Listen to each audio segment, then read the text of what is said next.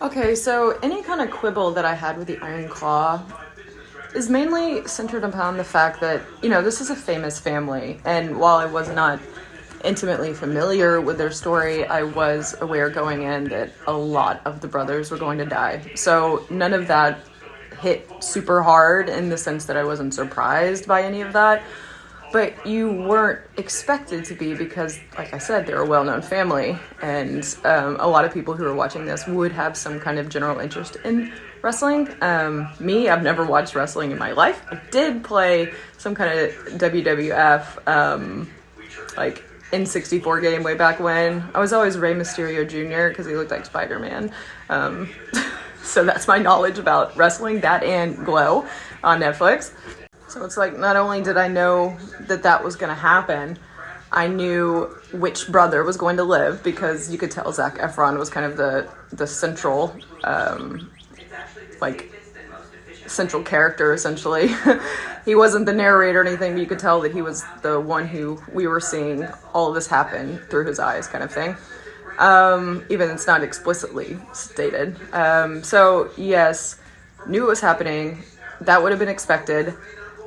But it's like so many of these deaths happen in such quick succession that you don't even really have time to grieve, which I understand that, and I don't know how far apart these took place in real life because there's no years given or anything, but I understand you're meant to feel the way that these or like Zac Efron's character getting hit time and time again, and that's why this whole curse thing is in his head or whatever, but to me it minimizes the emotional impact. It's like, and then this guy died, then this guy died, then this guy died. And you get that it's a lot, and you see how it's weighing on him until the final, I'm not spoiling this, but the suicide of Carrie, the final brother in the film. I know there's like another brother.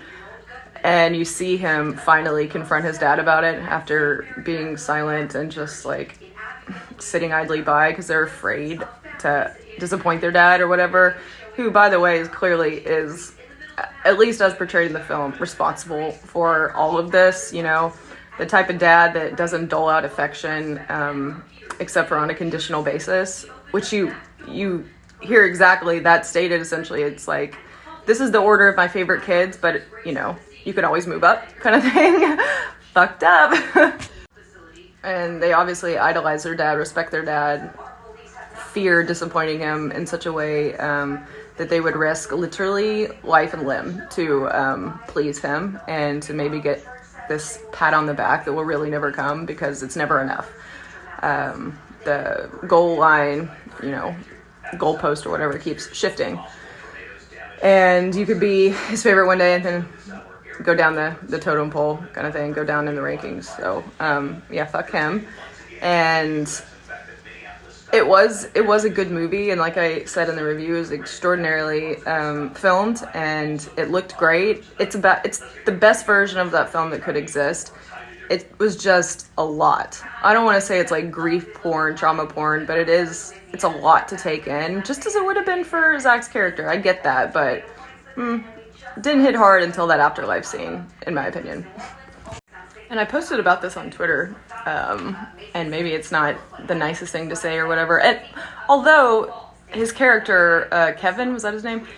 In the movie, and real life individual that was portrayed by Zach in the film, he eventually accepts that there is no curse and takes control of his life and apparently has lived happily ever after, as happily as someone who has experienced so much in his life can.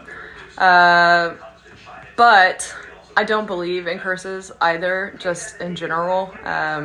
Look at the way that that family lived their life. It was to the extreme.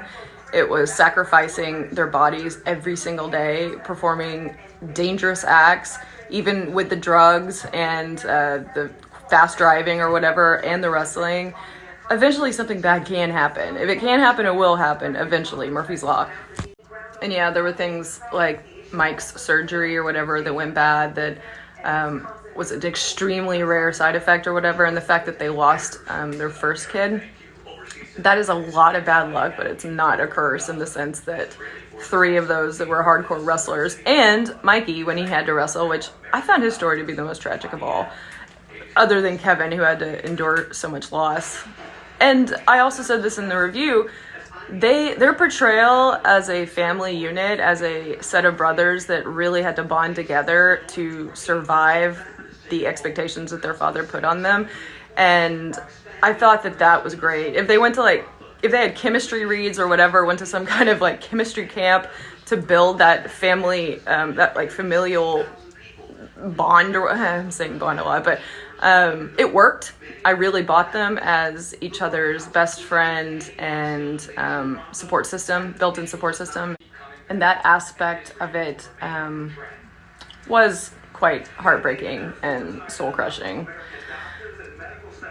But then that's also why it worked so well in the afterlife scene.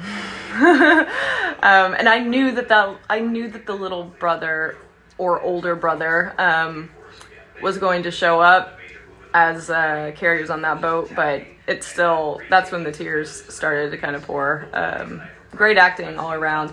Zac Efron really does come off as one of the nicest guys, doesn't he? I think that he would be a pretty cool guy to hang out with in real life. A lot of people who grew up to be they were child stars who were idolized their entire adolescence or whatever up until now, they're kind of dicks, the hot guys, but he seems like a pretty chill dude.